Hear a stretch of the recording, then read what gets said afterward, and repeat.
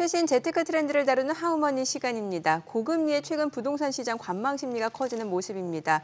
경매 시장에도 매물이 쌓여가고 있지만 입찰에는 신중해진 모습이라고 합니다. 네, 집값을 두고도 전망이 엇갈리다 보니 경매 시장의 눈치 싸움이 치열해지고 있다고 합니다. 고금리 시대 경매 전략 어떻게 가져가면 좋을지 설춘환 교수님 모시고 자세한 이야기 들어보겠습니다. 어서 오세요, 교수님. 네, 안녕하세요. 예.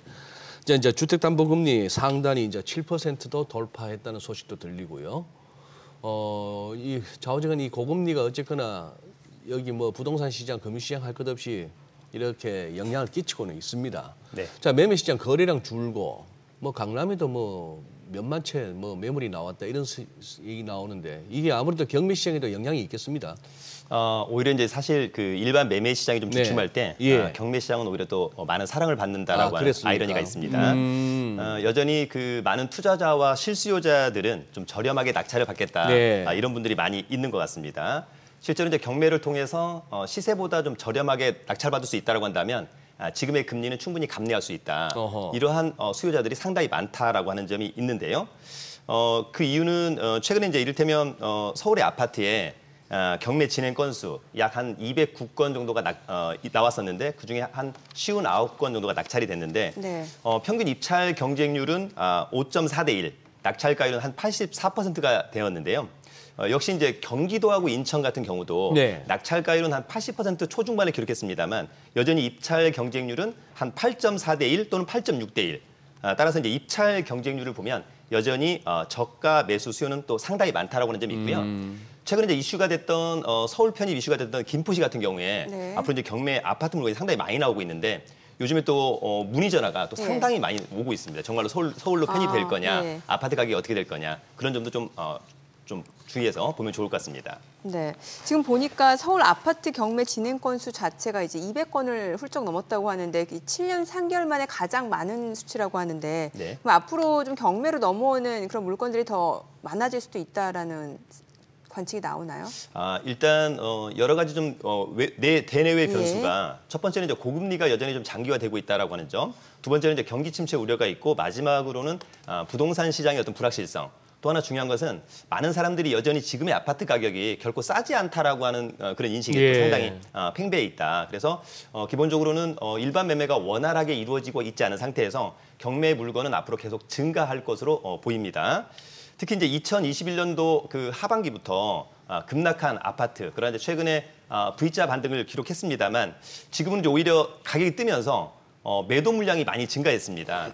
다만 이제 여기서 중요한 건 뭐냐면 매도자들은 좀 비싸게 팔겠다. 또 매수자들은 또 굉장히 좀 싸게 사겠다. 그래서 아예 거래가 안 되는. 그래서 거래 절벽 현상이 다시금 나타나고 있다라고 하는 점을 좀 이해하시면 좋을 것 같고요.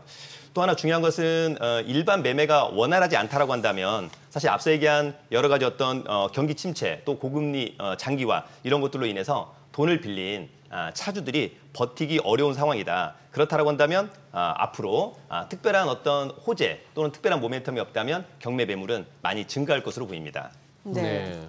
뭐 앞서 질문 내용 가운데도 경매 진행 건수가 서울 아파트만 200건을 넘었다. 뭐 7년 3개월 만에 최고 숫자다. 이 정도에다가 또 매물이 많아진다.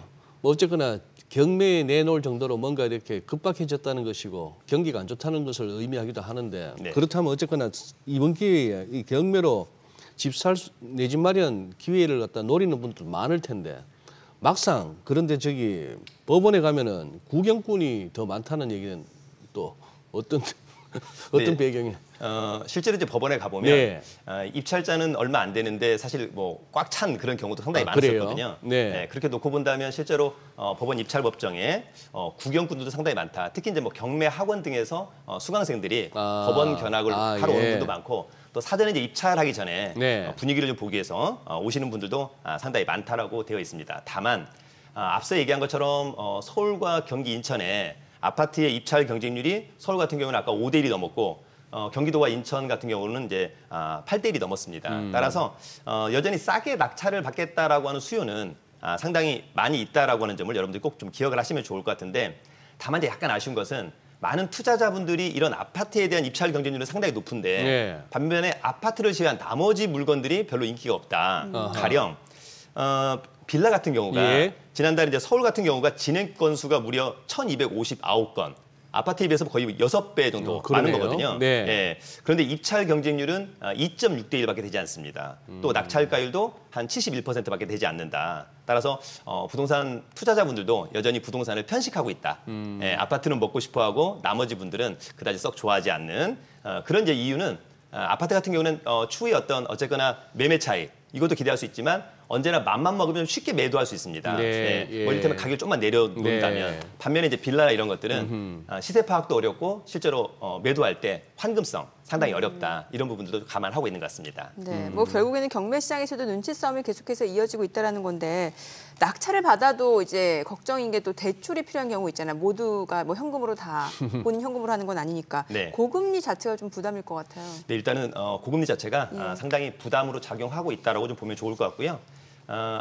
최근에 이제 대출 이자가 어쨌거나 하단 한 5%, 상단 7%라고 하는 부분이 있는 건데 네. 이게 이제 실제로 4, 5년 전에 비하면 약 2배 정도 상승을 했었고 얼마 전에 이제 이창용 하는 총재도 가계부채 증가 이런 것들이 상당히 문제가 된다면 앞으로 기준금리를 인상할 수도 있다. 이렇게 좀 엄포를 놓은 그런 부분들도 있었습니다. 실제로 대부분의 경매 입찰자 분들이 일정 부분 대출을 거의 다 받습니다. 예, 개인적으로 놓고 본다면 한 거의 뭐 99% 이상이 예. 일정 부분 대출을 받는다. 다만 이렇게 대출이자가 점진적으로 올라간다고 한다면 실제로 상당히 좀 부담스러운 그런 어떤 차주들의 어떤 부분이 될 수 있겠다라고 하는 점이 있습니다. 그래서 앞으로 이런 고금리가 실제로 대출이 좀 어렵기도 하지만 대출이 또 잘 안 될 수도 있고 또 차주에 대한 부담도 상당히 있어서 이런 점 좀 주의해야 될 것 같고 우리 이제 일반 매매 같은 경우에는 뭐 갭 투자를 통해서 갭만 내면 되지만 경매 같은 경우에는 낙찰받고 실제로 한두 달 안에 잔금을 모두 납부해야 된다라고 하는 점도 꼭 기억을 좀 해주시면 좋을 것 같습니다. 네. 오늘 우리 시장이 이렇게 막 뜨겁게 교수님도 뭐 시세 보고 계시겠지만 이렇게 뜨거운 게 공매도 금지라고 하는 어떤 금융당국의 정책 변수가 크게 작용했거든요. 네. 부동산도 마찬가지 아닙니까? 그쪽도 아니 근데 경매도 특례 보금자리론 이용할 수 있었지 않습니까? 실제로 이제 얼마 전까지는 좀 특례 보금자리론을 좀 이용했었었는데 실제 이제 이게 이제 대출의 어떤 조건 이런 것들이 좀 있기 때문에 실제로 대부분의 많은 분들은 이 특례 보금자리론보다는 그냥 금융기관에서 실제로 대출을 받는 경우가 그랬습니까? 훨씬 더 좀 많았다라고 하는 점이 있고요. 개인적으로 놓고 본다면 앞으로 이제 그 가계부채 등의 어떤 불안으로 인해서 대출 규제가 좀 타이트하게 이루어질 것으로 보입니다만 일단 변수는 내년 4월에 총선이 있습니다. 네. 총선이 있기 때문에 아마 정부 입장에서는 내년 4월까지는 아마도 그냥 투자자적인 정책을 내놓지 않을까라고 하는 점이 있고 다만 이제 내년 4월이 지나간다면 아마도 좀 타이트하게 대출 규제 등을 다시 한번 좀 강화하지 않을까라고 하는 점이 있고요. 다만 또 하나 중요한 것은 경매를 통해서 입찰하고자 하는 분들이 대출을 그냥 낙찰 받고 나서 대출을 문의하시는 분들이 있어요. 이건 굉장히 위험하다. 아하. 그래서 오히려 낙찰 받고 대출이 안 되면서 오히려 재매각이 나오는 그런 부분도 있었기 때문에 특히 이제 경매 입찰하고자 하는 분들은 반드시 사전에 금융기관이나 대출 모집인들을 통해서 대출의 한도 또 대출의 이자 이런 것들을 꼭 좀 체크해야 될 것 같고 또 하나 중요한 것은 이제 본인의 컨디션에 따라서 얼마만큼의 대출이 나오는지를 꼭 체크하는 것도 상당히 중요할 것 같습니다. 네, 지역 선택도 좀 중요할 것 같은데 최근에 보니까 경기 남부권 얘기가 좀 많이 들리는데 경매 시장에서 인기는 특별한 이유가 있나요? 네, 일단 기본적으로 이제 경매에서 가장 큰 호재는 가격이 싸다라고 하는 점인데 이 남부권도 요즘에 가격이 싼 물건이 또 상당히 많이 나오고 있고 두 번째 같은 경우는 이 경기 남부권에 호재가 상당히 많이 있었습니다. 대표적인 호재는 교통 호재, 두 번째는 이제 일자리 창출 이런 것들이 많았는데 교통 호재 같은 경우에는 이를테면 이제 GTX-A, 뭐 성남 또는 이제 용인, 동탄, 그다음에 GTX-B 같은 경우가 금정과 의왕, 수원, 뭐 동탄, 인덕원선 등. 그래서 앞으로 이런 것들을 놓고 본다면 동탄과 그다음에 용인, 구성과 기흥이 상당히 좀 수혜를 많이 볼 것 같고요. 일자리 창출 측면에서도 이를테면 이제 용인 같은 경우가 삼성 클러스터, SK 하이닉스 클러스터 이런 부분들이 상당히 좀 상당히 사랑을 많이 받고 있다. 특히 이제 앞서 얘기한 뭐 이런 그 삼성 클러스터나 반도체 클러스터나 이런 데가 들어오는 곳들은 오히려 아파트도 인기가 많지만 오히려 토지나 공장들이 또 상당히 매물이 귀하다. 이런 부분들 하나 참고하시면 좋을 것 같습니다. 지금 소개하신 이쪽에 교수님 뭐 임장 다녀오셨다고요? 네, 제가 이제 얼마 전에 저희 이제 수강생들하고 임장을 좀 다녀왔는데. 두 개의 물건을 한번 소개해드리도록 하겠습니다. 첫 번째는 용인시 수지구 성북동의 롯데캐슬 105동의 9층에 위치한 아파트입니다. 이 아파트는 이제 감정가가 12억 원인데요. 한 번 유찰되어 가지고 최저 매각 가격이 8억 4천만 원.